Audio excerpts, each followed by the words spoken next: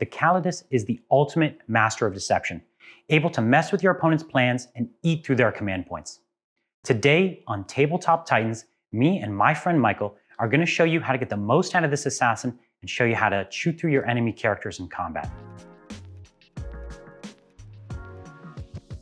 Released this month in the March 2019 White Dwarf magazine were a new set of rules for the Officio Assassinorum. This is a huge improvement to every single assassin, and it's so good that I actually think you're going to start seeing them in almost every single Imperium army. I think you'd be hard-pressed to find an army that is not using these rules. So I think it's important for both people playing Imperium as well as those who are going to be playing against Imperium. Yeah, and the main reason is before you needed to take 3 assassins in a Vanguard detachment, and not only did that cost a lot of points, it took up a whole detachment slot, and it gave you no CP because it was a special Vanguard detachment. But that's not the way it works anymore. Now, what you can do instead is for 1 CP, if you have an Imperium Warlord, you can summon an assassin to your army before the game. You just have to have the reserve points for it. So pretty much every Imperium army will have 1,915 points, since every assassin is now 85 points. And before the game, they just get to pick the assassin they want for 1 CP.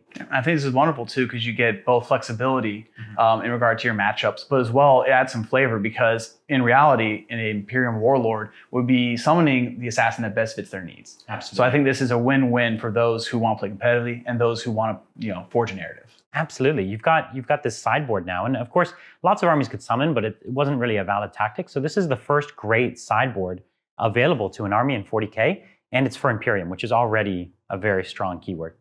Agreed. And the nice thing too is you have the chance to win back that command point if you play your assassins appropriately. Absolutely. You can take Priority Threat Neutralized, which is a 1 CP stratagem every single time you take out an enemy character, and you get 2 CP back. Or 3 if you kill the Warlord. Absolutely. This is one of the best ways to farm command points that the Imperium have now, because it is not restricted by the Tactical Restraint rule. Yep. And honestly, you're going to be trying to kill those characters anyway. So you're being rewarded to play the way you should be playing. Yeah, and every assassin has actually been made better at being an assassin. They're all better at killing characters than they were before. Yes. Every assassin is great in combat, and the Callidus is no exception to that. But that's not really the reason why you bring it. The Callidus has an amazing ability called Reign of Confusion. In the first battle round, every stratagem your opponent uses, on a roll of a 4-up, you get to cost them an extra command point. Now this can really run up their command points really fast, and it can totally disrupt their entire plan for their army. And some armies are really dependent on that first turn, so costing additional command points really throws a wrench in their plans. But that's not the only thing that is beneficial to the Callidus. Her ability Polymorphine allows her to deploy D6 plus 3 inches towards enemy models. So enemies generally try to box out those 9 inches because that's the standard deployment, but she can slip in between the lines and really pick out key models. Get a really reliable charge whenever she wants to come in. Exactly. So not only can you get in between enemy lines, getting that charge, it's almost guaranteed, especially with a command point reroll. Yeah, both of those abilities were things that the Callidus already had in the previous edition. Yeah. But the Callidus has seen some changes, just like all the assassins have. Exactly. So one of the changes is the change to her phase sword. Its damage output has been increased from 1 to 2. Yeah. So when you soften targets with your shooting, and then you're now trying to pick out those characters, you're going to reliably kill them because the phase sword ignores invuln saves. So when you're putting 2 damage weapons, you're going to be killing those characters. She can actually kill characters now, where before she used to kill random infantry with invuln saves. Exactly. She's actually doing what she's supposed to do. Rain confusion through the command points, and then also cutting off your enemy at the head. Yeah, absolutely. But much like her previous version, she still has the ability to fall back, shoot, and charge. She still has the Neural Shredder, which is the ability to do D3 mortal wounds in the shooting phase. So she still has a lot of the abilities she used to have, but she's actually gotten a lot better, and in the same way that a lot of the assassins have, which is through stratagems. Exactly. So the first stratagem is Acrobatic, which allows her to run and charge. But additionally, she has -1 to hit until the start of her next turn. So one thing that really comes into play is her ability to fall back and still shoot and charge because her survivability has been increased. Yeah, she was always the weakest assassin, the easiest one to take out. So the -1 to hit is a much needed improvement. For only 1 CP, that's pretty much her best chance to stick around for an extra turn. Exactly. And another weakness from the earlier edition was just that her reign of confusion was only for the first turn. Yeah. With the second stratagem, Supreme Deception, you can now pick an additional turn. And if you block out turn 1 normally and then turn 2 through Supreme Deception, a lot of armies aren't able to deal with the drain on their command pool. Absolutely. A lot of people maybe would have delayed some command points from the first turn to the second turn, but now you can't even do that. And there's so many armies that are going to lose a third to maybe even half their command points from this. They're not even going to be able to function anymore. Exactly. I think for many armies, especially the hot picks, that's a death blow. Absolutely. So it's really hard to show you an example of how the Callidus's Reign of Confusion ability really works in a game without kind of playing a whole game. So rather than that, let's talk through an example of what the Callidus might do against a common army like the orcs. Right? They're using quite a few stratagems in the first 2 turns. And let's talk about what you can expect to reduce from the orc army, what you can take down from them. Yeah, and I think one of the very common features for orc armies is also a big drain on command points is using the Ludas effectively. So a common thing you'll see the first turn is mobbing up your Ludas, then doing more Daka. Absolutely. Likely doing command point reroll to make sure your number of shots are high, and then using the show off stratagem to shoot again. So you're looking at 4 stratagems minimum for the first turn. Yeah, you might have cost them 2 CP right there. Exactly. And then in your opponent's turn, they'll be using Grot Shield and potentially Green Tide. And that's just the first turn that you're looking at. And you're likely to use Supreme Deception for the second turn, because if you're investing heavily in that Luda unit, you're going to want to shoot as many times as possible. And you're likely using the same stratagems the second turn. So you're looking at a huge command point drain. Absolutely. This might be 5 or even 6 command points down from this orc army, which might have anywhere between, say, 10 to 20 command points, usually on the upper end there. But this is going to be 1 or 2 key stratagems out from this army. They might not be able to fight twice. They might not be able to Green Tide, depending on what happens. And they're going to lose their effectiveness a lot faster than they're used to losing it. I think an important factor to bear in mind is as your opponent is losing command points due to Reign of Confusion, this is going to impact their decision-making process. Because as they're losing command points, they have to start weighing whether or not it's worth the risk of doing more stratagems and losing more command points, or trying to save up for later turns when Reign of Confusion is no longer in effect. Even if they don't end up using the stratagems, it's still a win for you, right? Even if you scare them out of doing it.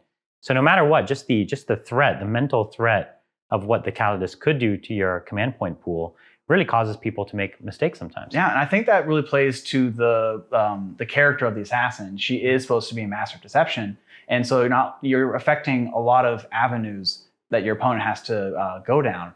And I think that it's going to be hard pressed to find an army where she doesn't have an impact. Yeah, I know for me, I play a lot of Tau and Custodes, and both of those armies start with 10 or even less command points most of the time. And if I end up losing 2 to 4 of those, my whole plan goes out the window. There's whole things I just can't do anymore. And she can be really punishing. Yeah, I think she might be my favorite assassin of the 4. Wow. So in this example, we're going to show how the Callidus really can live up to her name as an assassin and come after some characters. Now, Eldar characters are particularly vulnerable against the Callidus because they really only have invulnerable saves, and they're not very tough. So she can actually do some pretty good work on them. Yeah, a lot of critical characters for Eldar are entirely reliant on the invuln save. And against Harlequins, for example, they're entirely dependent on their invuln save. So her phase sword, removes their greatest strength. Absolutely. And because you get to pick which assassin you're using in any given battle, if you come up against Eldar, you come up against Harlequins, she's going to be a perfect pick. Yeah, and this is actually a very good example of common deployment methods where people will try to box in at the board edge using the end of the table as like a natural wall for deep strikers or some deployment options that can get behind you.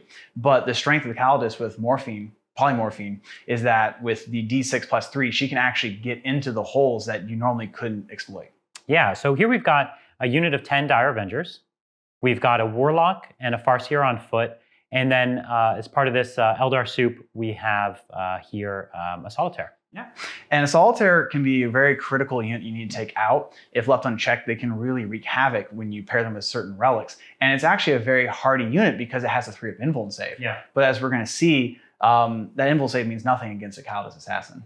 Yeah, so here we've got, as you said, there's not really a good deployment zone here.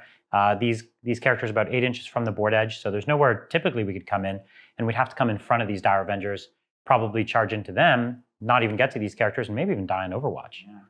But let's try to deep strike in our Callidus using the polymorphine ability. So here we're rolling a d6, and let's see what we can do. So it's d6 plus 3. All right. So 2, so that's 5 inches away, which is a major improvement to the normal 9. So we've got 5 inches here. That leaves us with plenty of space to get on the board here. In fact, we can get quite a bit closer to some of these characters. Yeah, and the nice thing too is with these holes that you can exploit, you can actually make sure you're closer to high priority targets like characters and taking advantage of the stratagem priority threat neutralized to get more command points back. So in this case, the characters are closer, so you can use her neural shredder to try to take out and gain command points back for yourself. Absolutely. Before we jump into the shooting phase though, the end of the movement phase, we might want to use our acrobatic ability. This is 1 CP, and it's going to allow her to have -1 to hit until the start of our next turn. Yeah. And that's really great too, because that will aid to survivability so she can have an impact later on and potentially continue taking out characters and gain command points for yourself. So let's see how she might take out this, or at least neutralize almost this entire Eldar force here. So first, I think we want to shoot the neural shredder, right? So let's put that into the Warlock. That's going to be the squishiest target for us. So hitting on 2s. Hits. All right. And then the way the neural shredder works is you roll 3d6 and compare it to the leadership of your target. And if you match or roll higher than your leadership of the target, that's d3 mortal wounds. Yeah. So you can see here we rolled a 12, which is way higher than the leadership of Warlock, which is 9. So that's d3 mortal wounds. And you can see 2 mortal wounds pops the Warlock. All right. At this point, we can use priority threat neutralized to gain back, to spend 1 command point and gain 2, increasing our command point pool. Now that acrobatic ability we used was essentially free. Yeah. All right, so now we have about a 4-inch charge to get to these characters here. So I think we should declare a charge probably against the Solitaire here. Yeah, and we can take advantage of the fact that Solitaire is a close combat unit. So there's no Overwatch, there's no threat of losing wounds trying to take apart your opponent's army piece by piece. Absolutely. All right, it's a really short charge. We should have no trouble here. 7 inches. All right. So now we can come right up in here, and as we activate, we can pile in, and we can touch these Dire Avengers. This is going to stop them from shooting us as effectively next turn. Yes. And then, as I mentioned previously, with the Phase Sword, you ignore invuln saves. So this Solitaire effectively has no defense. Yeah. So we've got 5 attacks here, hitting on 2s. Let's see if we can take them out. All right, 5 hits. And this is strength 4 into T3. Yep. Okay, we missed 1, but that's 8 wounds that just went through. The Solitaire's only got 5, so we just took him out. Normally a very tough target just melts. We can now pay another CP as it's a new phase, and as we've killed a new character, and we can get another CP back. You can see that the strength of the Callidus being able to pick out these characters is as you're costing your opponent's command points, you're gaining more for yourself. Yeah, and even though the Callidus is typically very squishy here, the Dire Avengers and the Farseer here, because of the -1, probably won't even take her out. Let's fight back with the Farseer, for instance, and see how that would look. So the Farseer has 3 attacks, hitting on 2s. -1 now. -1 now. So 1 hit. And then Singing Spear wounds on 2. So wounds. So we've got the 4-up invuln. So even though we took that there, it's not going to be enough to kill her, no matter what you roll here. D3, so just 2 wounds.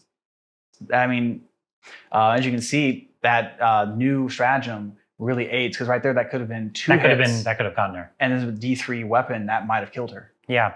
And so now she'll be alive to disrupt their command points going forward. If this unit wants to fall back and shoot, that's extra command points for them. Exactly. And then we still have -1 to hit. And that stratagem is expensive. It's 2 command points. Absolutely. So you can see that using acrobatic to increase your survivability and then using supreme deception, she can really chew apart your opponent's resources. Absolutely. And very quickly, not only has she been able to disrupt their CP, but she's taken out 2 critical characters. She's tied up a few others, and she has a chance to kill the Farseer in the next round if they can't deal with her. Exactly. More than half of the armies in 40K today need to use a huge number of stratagems early in the game in order to win. These are armies like Genestealer cults, Admech, Orcs, and many more. If you find yourself in a matchup like this, the Callidus might be the right assassin for you. In these games, they can completely disrupt their plans and win you the match. Thanks for checking out our Assassin's Overview video. Don't miss out on any of our 4 Assassin's Tactics videos And please subscribe to the channel to not miss any of our upcoming 40K Tactics content.